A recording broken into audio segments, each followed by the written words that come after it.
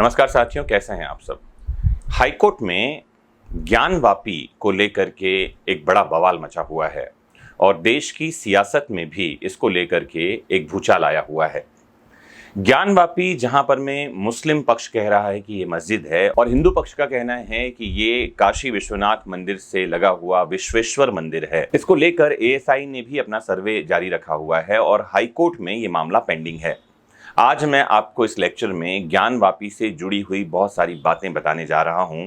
ध्यान से सुनिएगा, लास्ट तक वीडियो से जुड़े रहिएगा और अपने महत्वपूर्ण कमेंट से हमें अवगत कराइएगा। तो आपको लिए चलता हूं ईस्ट इंडिया कंपनी के समय पर। आपको बता दूं कि बनारस का सर्वे ईस्ट इंडिया कंपनी के टकसाल अधिकारी जेम्स प्रिंसेप ने कर रखा है और 19वीं सदी में इन्होंने एक किताब लिखी थी बनारस पर और साथ ही उन्होंने चित्र की एक श्रृंखला बनाई थी जिसमें 19वीं सदी में लिखी इस किताब में ज्ञानवापी मस्जिद के मंदिर होने का दावा किया गया था। आपको बताऊं, मैं 1991 से इस मस्जिद को हटाकर मंदिर बनाने की कानूनी लड़ाई चल रही है। ऐसे में 200 साल पहले बनारस का सर्वे करने वाले ईस्ट इंडिया कंपनी के टकसाल अधिकारी जेम्स प्रिंसेप की जो लिखी गई किताब थी और चित्र श्रृंखला थी, वो एक बार फिर से समझने और ध्यान में लेने की जरूरत है। ब्रिटिश आर्किटेक्ट ने 19वीं सदी में लिखी किताब में ज्ञानवापी मस्जिद के मंदिर होने का दावा किया था। ज्ञानवापी मस्जिद को विश्वेश्वर मंदिर बताते हुए लंदन में 1830 से लेकर 1834 के बीच बनारस इलस्ट्रेटेड के नाम से एक चित्र श्रृंखला प्रकाशित किया गया था। हाँ जी, मैं कह रहा हूँ 1830 की कहानी, मतलब आज 2023 में हम पहुंच गए हैं और 1830 में एक अंग्रेज अधिकारी ने इस बारे में अपनी चित्र श्रृंखला में दावा कर रखा था। James Prinsep journal of the Asiatic Society of Bengal के संस्थापक संपादक भी थे। उन्हें प्राचीन भारत की खरोष्ठी और ब्राह्मी लिपियों को समझने के लिए सबसे ज्यादा याद किया जाता है। प्रिंसेप ने कलकत्ता के टकसाल में एक परख मास्टर यानी कि टेस्ट मास्टर के रूप में एक पद पाया था और 15 सितंबर 1819 को अपने भाई हेनरी थोबी के साथ वे कलकत्ता आए थे। कलकत्ता में 1 साल तक वो रहे और 1 साल के बाद ही उन्हें प्रख्यात जो आर्कियोलॉजिस्ट थे होरेस हेमिस विल्सन, उन्होंने काम करने के लिए बनारस भेजा था। फिलिप 1830 में उस टकसाल के बंद होने तक बनारस में ही रहे थे। जेम्स प्रिंसेप को बनारस में आर्किटेक्चर में रुचि लेना बड़ा पसंद था। उन्होंने मंदिर की वास्तुकलाओं का अध्ययन किया था और चित्रण भी किया था। बनारस में एक मिंट हाउस जो है उसके साथ साथ एक चर्च को भी उन्होंने डिजाइन किया था।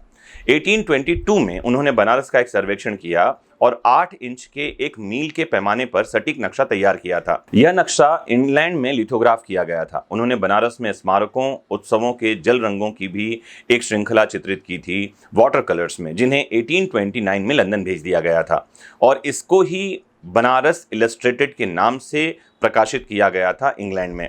तो ये तो हुई एक ऐतिहासिक बात कि जेम्स प्रिंसेप नाम के एक अंग्रेज अधिकारी ने भी यहाँ मंदिर होने का दावा किया था। आइए आते हैं वर्तमान समय में क्या कुछ हुआ इस मंदिर के साथ में, कैसे इस मंदिर को तोड़कर वहां मस्जिद बनाया गया और वर्तमान समय में क्या दावे किए जा रहे हैं, इस पर कुछ चर्चा करें। तो दावा किया जाता रहा है कि 1669 में मुगल आक्रमणकारियों ने प्राचीन विश्वेश्वर मंदिर को तोड़कर यह ज्ञानवापी मस्जिद बना दी।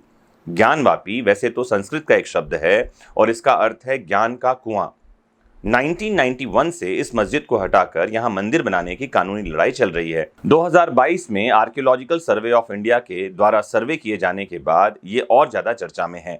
दावा किया जा रहा है कि विवादित स्थल में 12.8 व्यास का एक शिवलिंग भी प्राप्त हुआ है, जिसे आक्रमण से बचाने के लिए तत्कालीन मुख्य पुजारी ने कुएं में छिपा दिया था। जेम्स प्रिंसेप ने भी ज्ञानवापी मस्जिद को अपनी किताब बनारस इलस्ट्रेटेड में विश्वेश्वर मंदिर ही कहा है। उनके चित्र में तोड़े गए मंदिर की असली दीवार भी नजर आती है। तो ये विवाद शुरू कहां से होता है? ये विवाद शुरू होता है 1936 से, 1936। इस साल ज्ञानवापी क्षेत्र में नमाज अदा करने के अधिकार के लिए ब्रिटिश सरकार के खिलाफ जिला न्यायालय में एक मुकदमा दायर कर दिया जाता है। जो सूट लेकर आते हैं व्यक्ति, उनकी तरफ से 7 गवाह पेश किए जाते हैं, जबकि ब्रिटिश सरकार 15 गवाह पेश करती है। ज्ञानवापी क्षेत्र में नमाज अदा करने का अधिकार स्पष्ट रूप से 15 अगस्त 1937 को दे दिया जाता है, जिसमें यह कहा जाता है कि ज्ञानवापी संकुल यानी पूरे क्षेत्र में ऐसी नमाज कहीं और नहीं पढ़ी जा सकती। 10 अप्रैल 1942 को हाईकोर्ट ने निचली अदालत के फैसले को बरकरार रख दिया और अन्य पक्षों की अपील को खारिज कर दिया। पंडित सोमनाथ व्यास, डॉक्टर रामरंग शर्मा और अन्य ने ज्ञानवापी में नए मंदिर के निर्माण और पूजा की स्वतंत्रता के लिए 15 अक्टूबर 1991 को फिर से वाराणसी की एक अदालत में मुकदमा दायर किया। अंजुमन इंतजामिया मस्जिद और उत्तर प्रदेश सुन्नी वक्फ बोर्ड लखनऊ ने 1998 में हाईकोर्ट में 2 अलग याचिकाएं दायर कर दी और इस आदेश को चुनौती दी। 7 मार्च 2000 को पंडित सोमनाथ व्यास का निधन हो गया और पूर्व जिला लोक अभियोजक विजय शंकर रस्तोगी को 11 अक्टूबर 2018 को इस मामले में वादी नियुक्त किया गया, मतलब जो वाद पेश कर रहा है, जो ये शिकायत लेकर के आया है। 17 अगस्त 2021 में शहर की 5 महिलाओं राखी सिंह, लक्ष्मी देवी, मंजू व्यास, सीता साहू और रेखा पाठक ने वाराणसी सत्र न्यायालय में याचिका दायर की और ज्ञानवापी परिसर में स्थित श्रृंगार गौरी का उन्होंने नियमित दर्शन और पूजन की अनुमति मांगी और इसके बाद ही इस क्षेत्र का सर्वे कराया गया। सर्वे में क्या बातें आई हैं और क्या कह रहे हैं ऑनलाइन सोर्सेस, आइए इस पर भी एक नजर डालते हैं। तो विकिपीडिया में हमको सर्वे रिपोर्ट देखने के लिए मिलती है। 6 और 7 मई की ये रिपोर्ट है, लगभग 3-4 पन्नों की रिपोर्ट है, जिसके मुताबिक 6 मई को किए गए सर्वे के दौरान बैरिकेडिंग के बाहर उत्तर से पश्चिम की दीवार के कोने पर पुराने मंदिरों का मलबा मिला है, जिस पर देवी देवताओं की कलाकृति बनी हुई है। एक अन्य शिलापट्ट मिलता है जिस पर कमल की आकृति देखी गई है। पत्थरों के भीतर भी कुछ कलाकृतियां मिलती हैं और स्पष्ट रूप से कमल और अन्य कलाकृतियां दिखाई पड़ती हैं। उत्तर पश्चिम के कोने में गिट्टी सीमेंट से चबूतरे पर नए निर्माण को देखा जा सकता है। ये सभी जो बातें हैं, इनकी वीडियोग्राफी करवाई गई है, जिनमें से कुछ की इमेजेस और वीडियो आप सामने देख रहे हैं। उत्तर पश्चिम की तरफ देखते हैं तो पता चलता है कि शेषनाग की कलाकृति और नागफन जैसी आकृति दिखाई पड़ती है। जो शिलालेख है उस पर सिंदूरी रंग की उभरी हुई कलाकृतियां मिलती हैं। जो शिलापट्ट है उस पर देव विग्रह जिसमें 4 मूर्तियों की आकृति बनी है और सिंदूरी रंग लगा हुआ है, ये भी दिखाई साफ पड़ रहा है। चौथी आकृति में जो मूर्ति है उस दिखाई पड़ता है कि उस पर सिंदूर का मोटा लेप लगा हुआ है। शिलापट्ट भूमि पर काफी लंबे समय से पड़े हुए दिखाई पड़ रहे हैं। ये पहली बार किसी बड़े भवन के खंडित अंश नजर आते हैं। बैरिकेडिंग के अंदर मस्जिद की पश्चिम दीवार के बीच मलबे का ढेर पड़ा दिखाई पड़ता है। ये जो पत्थर हैं ये उन्हीं पत्थरों का हिस्सा नजर आ रहे हैं। इन पर भी कुछ कलाकृतियां उभरी हुई दिखाई पड़ रही हैं और ये जैसी कलाकृतियां हैं ये दिखाई पड़ती हैं कि ये किसी मंदिर की कलाकृतियां हैं, लेकिन मुस्लिम पक्ष के विरोध के कारण ये सर्वे रोक दिया गया था। फिर हुआ ये कि 14 से 16 मई को एक रिपोर्ट आती है विशेष कोर्ट कमिश्नर विशाल सिंह की। ये जो रिपोर्ट आती है जिसके बाद मुस्लिम पक्ष का विरोध लगातार जारी है, ये लगभग 12 से 14 पन्नों की रिपोर्ट है। अजय कुमार मिश्र की तरह विशाल सिंह की रिपोर्ट में भी इस परिसर में हिंदू आस्था से जुड़े कई निशान देखने के लिए मिलते हैं। रिपोर्ट में शिवलिंग बताए जा रहे पत्थर को लेकर भी डिटेल जानकारी दी गई है। कहा गया है कि वुजू खाना जो जगह कहा जाता है मुसलमानों द्वारा, वहां पानी कम करने पर 2.5 फीट का एक गोलाकार आकृति दिखाई पड़ता है जो शिवलिंग जैसा मालूम पड़ता है।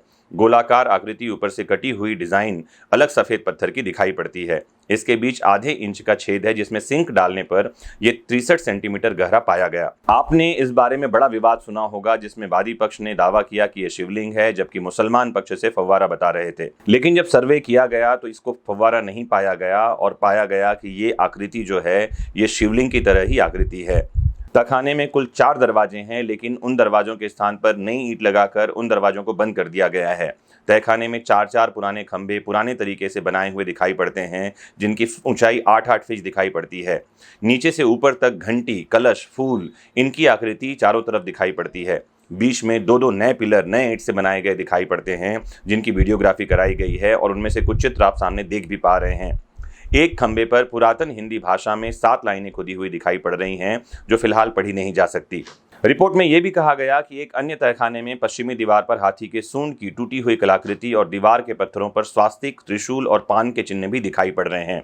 इसके साथ ही घंटियों जैसी आकृतियां भी खुदी हुई हैं। तो दोस्तों, सर्वे रिपोर्ट जो है वो लगभग तैयार है और सर्वे में जो बातें आ रही हैं इससे तो स्पष्ट ये दिखाई पड़ रहा है कि ये मंदिर परिसर है। ऐतिहासिक ब्रिटिश काल की जानकारी से लेकर वर्तमान समय के सर्वे तक की जानकारी इस माध्यम से हमने आप तक पहुंचाई है। आप ज़रूर बताइए इस पूरे वीडियो को देख करके आपको क्या लग रहा है। जो कुछ भी हो, फिर से यही बात की जाती है कि न्यायपालिका का सम्मान किया जाना चाहिए। हाईकोर्ट में मामला पेंडिंग है और हाईकोर्ट जो भी निर्णय ले, दोनों पक्षों को उस निर्णय से सहमत होना चाहिए। फिलहाल इस लेक्चर को हम यहीं रोकते हैं। आपके कमेंट का इंतजार रहेगा। शालीन भाषा में, सभ्य शब्दों में अपने कमेंट रखिए और इंतजार करते हैं हाईकोर्ट के निर्णय का। तब तक जुड़े रहिए आपके अपने फेवरेट प्लेटफॉर्म विधिक शिक्षा से। नमस्कार, जय हिंद।